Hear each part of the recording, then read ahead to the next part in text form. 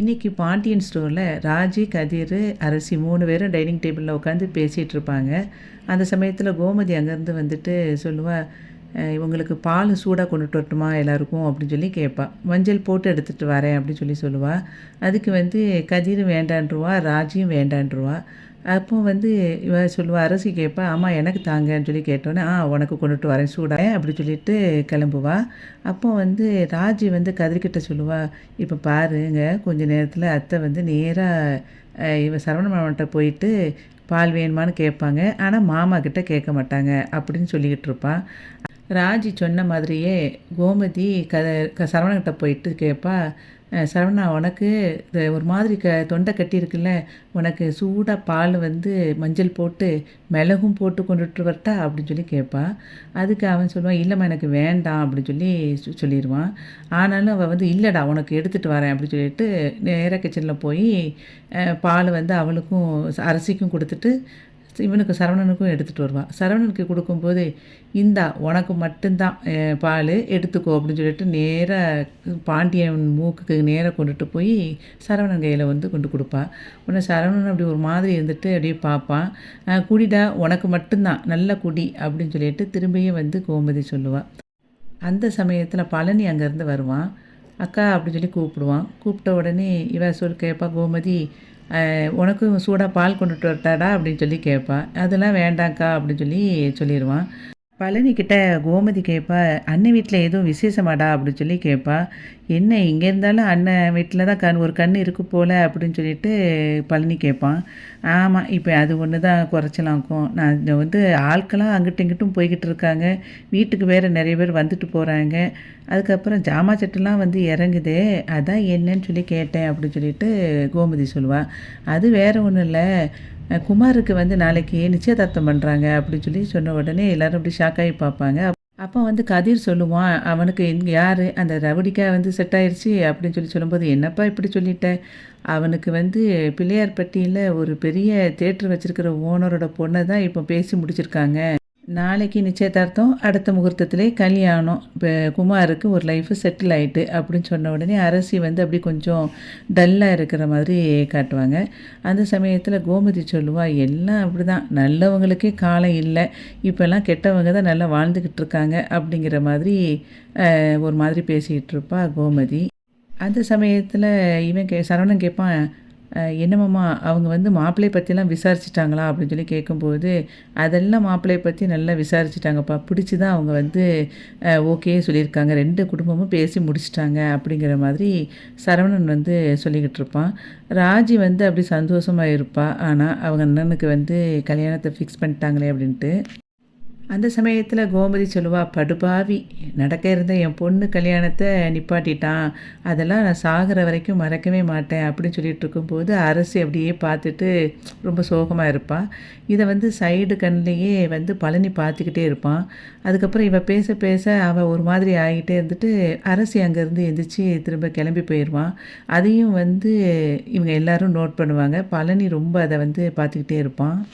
அரசி வந்து அந்த ரூமுக்குள்ளே போயிடுவா. அப்போ வந்து கோமதி சொல்லுவா, என்னதான் இருந்தாலும் பெண் பாவம் சும்மா விடாதே, அரசிக்கு அவன் செஞ்ச துரோகத்துக்கு கண்டிப்பாக அவன் வந்து அனுபவிப்பான் அப்படின்னு சொல்லிட்டு சொல்லிக்கிட்டு இருப்பாள். அதுக்கப்புறம் குமாரோட அப்பத்தா வந்து அவளோட தாத்தா கிட்ட வந்து ஃபோட்டோவை பார்த்து பேசிகிட்டு இருப்பாள். குமாருக்கு இந்த கல்யாணத்தில் கொஞ்சம் கூட இஷ்டம் இல்லை, அவன் அரசியை தான் மனசில் நினச்சிக்கிட்டு இருக்கான், இப்படி பிடிக்காத கல்யாணத்தை வந்து எதுக்கு வந்து நடத்தணும், அவங்க 2 பேரும் சேர்ந்து வாழணும்னு விதி இருந்தால் வாழட்டும், எல்லாம் நல்லதாக நடக்கணும், அதுக்காகத்தான் நான் இந்த மாதிரி அவங்க வீட்டில் எல்லாம் பேசிட்டு வந்துட்டேன் அப்படிங்கிற மாதிரி குமாரோட அப்பத்தா சொல்லிக்கிட்டு இருப்பாள். சொல்லிகிட்டு இருக்கும்போதே அங்கேருந்து ராஜி அம்மா வந்துட்டு, அத்தை வாங்க கிளம்பலாம் நேரம் ஆகுது அப்படின்னு சொல்லி கூப்பிட்ட உடனே, இந்த வாரம்மா அப்படின்னு சொல்லிட்டு வெளியே வந்துடுவாள். குமாரோட அப்பத்தா வந்து அவங்க பையன் முத்துவேல் பக்கத்தில் உட்காந்துருப்பாங்க. அப்போ முத்துவேல் கேட்பான், என்னம்மா டல்லாக இருக்கீங்க அப்படின்னு சொல்லி கேட்கும்போது, இல்லைடா ஒன்றும் இல்லை அப்படின்னு சொல்லிட்டு அமைதியாக இருப்பாங்க. அப்போ வந்து சுகன்யா சொல்லுவா, பொண்ணு வீட்டை கூப்பிடல, அதனால வருத்தமாக இருக்கும் அப்படின்னு சொல்லி சுகன்யா சொல்லுவாள்.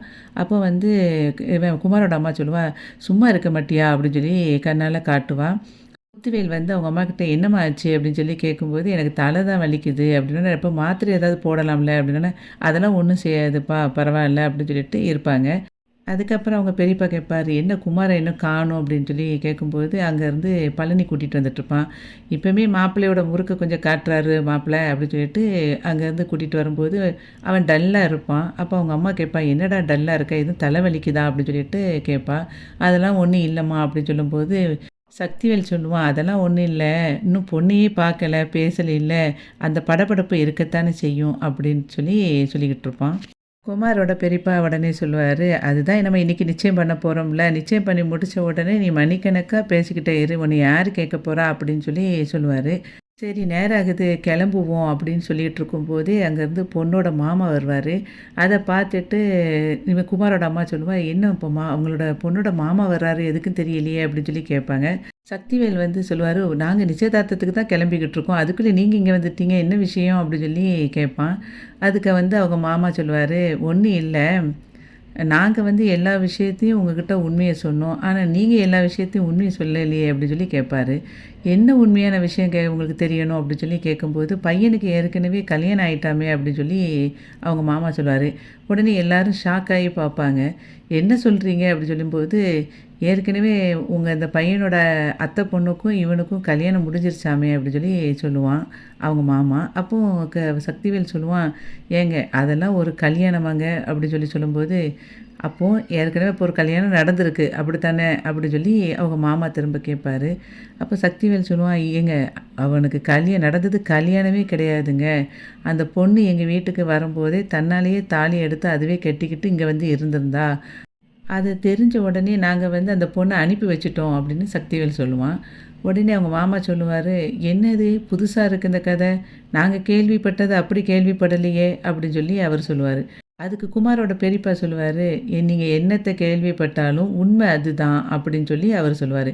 "இல்ல நாங்க கேள்விப்பட்டது அந்த பொண்ண வந்து கல்யாணத்துக்கு முந்தின நாளே தூக்கிட்டு போய் கல்யாணம் முடிச்சிருக்கான் உங்க பையன்.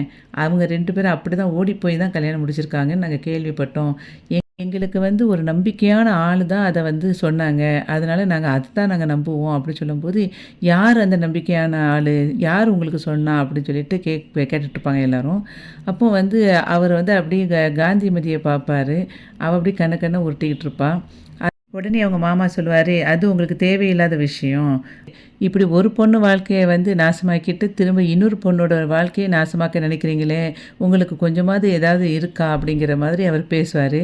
அப்போ உடனே வந்து பழனி சொல்லுவான், இந்த பாருங்க உங்களுக்கு எல்லாத்தையும் தெளிவா நானே உங்களுக்கு புரிய வைக்கிறேன்" அப்படி சொல்லும்போது, "அதெல்லாம் ஒண்ணும் தேவையில்லைங்க" அப்படின்னு சொல்லிட்டு அந்த பொண்ணோட மாமா சொல்லுவாரு. அதுக்கு உடனே வந்து குமாரோட அம்மா சொல்லுவா, "ஏங்க இப்போ போய் இப்படி சொல்கிறீங்களே, நாங்கள் ஊரில் எல்லாருக்கும் சொல்லிட்டோம்.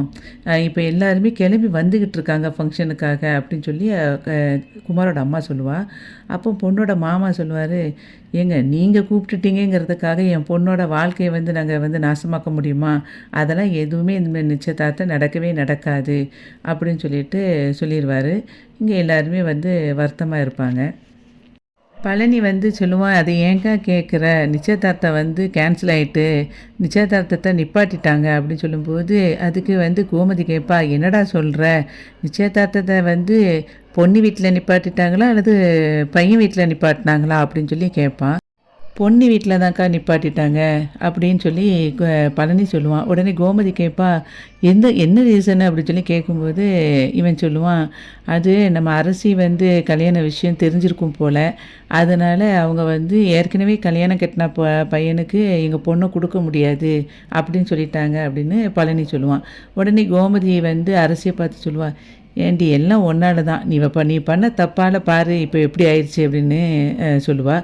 இவன் வந்து ஏன் தான் இப்படி யோசிக்காமல் தேவையில்லாத வேலைலாம் பண்ணினாலோ தெரியலை அப்படின்னு கோமதி வந்து அரசியை பார்த்து சொல்லிகிட்டு இருப்பா. அந்த சமயத்தில் அரசி வந்து அப்படியே சிரிச்சாப்புல அப்படியே இருப்பா, அப்படியே யோசிச்சுக்கிட்டே. அதை வந்து பழனி பார்த்துக்கிட்டு இருப்பான். அதுக்கப்புறம் வந்து கோமதி கேட்பா, "எங்கள் அண்ணன் வீட்டில் எப்படி இருக்காங்க?" அப்படின்னு சொல்லி கேட்கும்போது பழனி சொல்லுவான், "அது ஏன்க்கா கேட்குற? எல்லாம் மனசு கஷ்டத்தில் தான் இருக்காங்க. ஆனால் இன்னும் கொஞ்ச நேரத்தில் அண்ணங்க 2 பேருக்கும் சண்டை வந்தாலும் ஆச்சரியப்படுவதுக்கு இல்லை" அப்படின்னு சொல்லிட்டு சொல்லிக்கிட்டு இருப்பான் இவன் பழனி. வந்து ராஜி வந்து கேட்பா பழனிக்கிட்ட, "சித்தப்பா, சித்தி எப்படி இருக்காங்க?" அப்படின்னு சொல்லி கேட்பா. அப்போ அதுக்கு பழனி சொல்லுவான், "2 அண்ணிங்களுமே அழுதுகிட்டு தாம்மா இருக்காங்க" அப்படி சொல்லி ஃபீல் பண்ணி சொல்லிகிட்ருப்பான். அதை கேட்ட உடனே கோமதி சொல்லுவா, "எனக்கும் அண்ணிங்க தான். அவங்க 2 பேரும் நல்லவங்க தான். ஆனாலும் என் பொண்ணு கல்யாணத்தில் நான் எவ்வளோ அழுதுருப்பேன். அதில் பாதியாவது கொஞ்சம் அழட்டும்" அப்படின்னு சொல்லிட்டு சொல்லுவா கோமதி. குமார் வந்து அவனுக்கு கல்யாணம் ஆகக்கூடாது, அவன் நல்லா இருக்கக்கூடாது அப்படிலாம் நான் நினச்சதில்ல. ஆனாலும் கடவுள்னு ஒருத்தன் இருக்கான் பார்த்தியா, எது நடத்தணுமோ அவன் கரெக்டாக அதை நடத்தியிருக்கான். அதனால் யாரும் எதை பற்றியும் யோசிக்க தேவையில்லை அப்படின்னு சொல்லிட்டு டக்குன்னு எந்திரிச்சு கிச்சனுக்கு போயிடுவா. அப்போ அரசி வந்து சாப்பிட்டுட்ருப்பா. பக்கத்தில் ராஜி சாப்பிட்டவா எந்திரிச்சு கிச்சனுக்கு போயிடுவா. அப்போ இப்போ ஆப்போசிட்டில் உட்காந்துருக்க பழனி மட்டும் அப்படியே பார்த்துட்டே இருப்பான் அரசியை. அரசி வந்து அப்படியே தட்டில் அப்படியே ரவுண்ட் அடிச்சிட்டு இருப்பா விரல வச்சு. அவள் எதையோ யோசிச்சுட்டு அப்படியே ஸ்மைல் பண்ணிகிட்டே இருப்பாள். பழனி வந்து அரசிம்மா அப்படின்னு சொல்லி கூப்பிடுவான். உடனே அரசி வந்து ஷாக் ஆகி, "என்னம்மாம்மா?" அப்படின்னு சொல்லி கேட்பா. "இல்லை, நீ என்ன பண்ணிக்கிட்டு இருக்க?" அப்படின்னு சொல்லி கேட்கும்போது, "இல்லை மாமா, சாப்பிட்டுட்டு இருக்கேன்" அப்படின்னு சொல்லி சொல்லுவான். "அப்படியா, சரி சாப்பிடு சாப்பிடு" அப்படின்னு சொல்லி சொல்லிட்டு விட்டுருவான். அதுக்கப்புறம் பழனி வந்து அவன் அரசிக்கிட்ட கேட்பான், "அரசி, உங்ககிட்ட ஒரு சந்தேகம் கேட்கட்டுமாமா?" அப்படின்னு சொல்லி கேட்பான். அதுக்கு வந்து அவள், "சரி மாமா, கேளுங்க, என்ன விஷயம்?" அப்படின்னு சொல்லி கேட்பா. "இல்லை, குமாருக்கு வந்து கல்யாணம் அப்படின்னு சொன்ன உடனே உன் முகம் வந்து வாடி போயிட்ட அன்னைக்கு. இன்னைக்கு வந்து குமாருக்கு கல்யாணம் நின்றுட்டுன்னு சொன்ன உடனேயே உன் முகத்தில் ஒரு தெளிவு வந்துருச்சே, அது ஏன்?" அப்படின்னு சொல்லிட்டு பழனி கேட்பான். அதுக்கு வந்து அரசி சொல்லுவா, "அப்படிலாம் ஒன்றும் இல்லையே. யாருக்கு க நிச்சயம் நடந்தா என்ன, நடக்காட்டா எனக்கு என்ன? நான் அதை பற்றிலாம் யோசிக்கல மாமா. நான் வேறு ஒரு விஷயத்த யோசிச்சுக்கிட்டு இருந்தேன். நீங்கள் பேசுனதில் எனக்கு பாதி கூட எனக்கு கேட்கல" அப்படின்னு சொல்லிட்டு அப்படியே வந்து மழுப்புவா. உடனே "அப்படியா?" அப்படின்னு சொல்லிட்டு இருக்கும்போது அரசி எந்திரிச்சு கிச்சனுக்கு போயிடுவா. கிச்சனுக்கு போயிட்டும் திரும்ப அங்கேருந்து வரும்போது அப்படியே ஸ்மைல் பண்ணிவிட்டு யோசிச்சுட்டே வருவான். இதை பழனி வந்து பார்த்துக்கிட்டே இருப்பான். அதுக்கப்புறம் பெட்ரூமில் அவள் வந்து யோசிச்சுக்கிட்டு இருப்பா. அந்த கோர்ட்டில் வந்து குமார் இவன் காலில் விழுந்ததை வந்து யோசிப்பா அரசி. அவன் காலில் விழுந்துட்டு, "அரசி, என்னை மன்னிச்சிரு. நான் வந்து உன்னோட மன்னிப்புக்கு தகுதி இல்லாதவன்னு நல்லாவே தெரியும். ஆனால் நான் ரொம்ப கெட்டவன். என்னை வந்து எப்படியாவது மன்னிச்சிரு" அப்படின்னு சொல்லிட்டு அவள் காலில் விழுந்து அவன் கெஞ்சினதை வந்து அவள் அப்படியே யோசித்து பார்த்துட்டு அப்படி சிரிச்சுக்கிட்டு இருப்பா அரசி. அதுக்கப்புறம் இங்கே வந்து மீனா அங்கேருந்து வந்துட்டுருப்பா. அப்போ வெளியே வந்து சரவணன் வந்து வண்டியை தொடச்சிட்ருப்பான். அவளை பார்த்த உடனே சரவணன் கேட்பான், "என்னப்பா, பரவாயில்ல, தனியாக போனால் கூட நீ டெய்லி வந்துடுதியா அம்மாவை பார்க்க?" அப்படின்னு சொல்லி சொல்லுவான். அதுக்கு வந்து மீனா சொல்லுவா, "அப்போ நான் வரக்கூடாதா மாமா?" அப்படின்னு சொல்லி கேட்பா. "அப்படிலாம் இல்லைப்பா, நீ நல்லா வந்து அம்மாவை பார்த்துருதே, அம்மாவும் சந்தோஷமாக இருக்கிறாங்கல்ல, அதுக்காகத்தான் சொன்னேன்" அப்படின்னு சொல்லிட்டு அவள் அப்படி போவா. அதுக்கப்புறம் திடீர்னு வந்துட்டு சரவணன்ட்ட சொல்லுவா, "மாமா, உங்ககிட்ட ஒன்று கேட்கலாமா?" அப்படின்னு சொல்லி கேட்பா. இவன் உடனே, "என்னப்பா?" அப்படின்னு சொல்லி கேட்பான் சரவணன். அதுக்கு வந்து மீனா சொல்லுவா, "நேற்று நீங்கள் கோயிலுக்கு ஒரு பொண்ணு கூட போயிருந்தீங்களோ?" அப்படின்னு சொல்லி கேட்பா. இவன் அதை கேட்டோன்னே ஃபஸ்ட்டு ஷாக் ஆயிடுவான். அதுக்கப்புறம் கொஞ்ச நேரம் கழிச்சு, "ஆமாப்பா, நான் போயிருந்தேன்" அப்படின்னு சொல்லி சொல்லுவான். மீனா வந்து அதுக்கு கேட்பா, "அது யார் மாமா?" அப்படி சொல்லி கேட்கும்போது, "என்னோடய ஃப்ரெண்டுப்பா, அதுப்பா, ரொம்ப வருஷத்துக்கு முன்னாடி உள்ள ஃப்ரெண்டு. எதர்ச்சியாக வந்து கோயிலில் வச்சு பார்த்தேன். அதனால் வந்து அவங்கக்கிட்ட பேசிகிட்டு இருந்தேன்" அப்படின்னு சொல்லி சொல்லிடுவான் சரவணன். அப்புறமும் மீனா வந்து சரவணன்கிட்ட சொல்லுவா, "மாமா, நான் வந்து மயிலக்காவை பற்றி சில விஷயங்கள் கேள்விப்பட்டேன்" அப்படின்னு. அவங்க வந்து அவங்க வீட்டில் ரொம்ப கஷ்டப்படுறாங்க போல் மயிலக்கா" அப்படின்னு சொல்லி சொல்லும்போதே சரவணன் சொல்லுவான், "ஏப்பா, அவளை பற்றி என்கிட்ட பேசவே பேசாத. நம்ம வீட்டை ஏற்கனவே ரொம்ப கஷ்டப்படுத்தினான்ல, அதே மாதிரி அவளும் கொஞ்சம் கஷ்டப்படட்டும்" அப்படின்னு சொல்லி சரவணன் சொல்லுவான். "இல்லை மாமா, அவங்க வந்து ரொம்ப" அப்படின்னு சொல்லி இழுக்கும்போதே சரவணன் சொல்லுவான், "மீனா, தயவுசெய்து அவளை பற்றி பேசாதப்பா. நான் அவளை பற்றி நினைக்கிறதையே நான் விட்டுட்டேன்" அப்படின்னு சொல்லி சரவணன் சொல்லிகிட்டு இருப்பான். மீனா சொல்லுவா, "நான் கூட நீங்கள் மயிலக்காவை விட்டுட்டு வேறு பொண்ணை கல்யாணம் முடிக்கிறதுக்கு யோசிக்கிறீங்க போல் அப்படின்னு நான் நினச்சிட்டேன்" அப்படின்னு சொல்லுவா. அதை கேட்டுட்டு சரவணன் சொல்லுவான், "மயில் கொடுத்த காயமே எனக்கு இன்னும் ஆறுறதுக்கு பல வருஷம் ஆகும்ப்பா. இதில் நான் வேறு கல்யாணத்தை வந்து எப்படி யோசிக்க முடியும்" அப்படின்னு சொல்லிட்டு அதுக்கப்புறம் அவன் சொல்லுவான், "நீ கோயிலில் நேற்று பார்த்த அந்த பொண்ணு வந்து என்னோடய ஃப்ரெண்டு தான். எங்கள் 2 பேருக்கும் இடையில இருக்கிறது வெறும் நட்பு மட்டும்தான். அதனால் நீ தப்பாக நினைக்க தேவையில்லை. என்னோட வருத்தத்தை ஷேர் பண்ணுறதுக்கும் ஒரு உறவு தேவை இருக்குல்ல.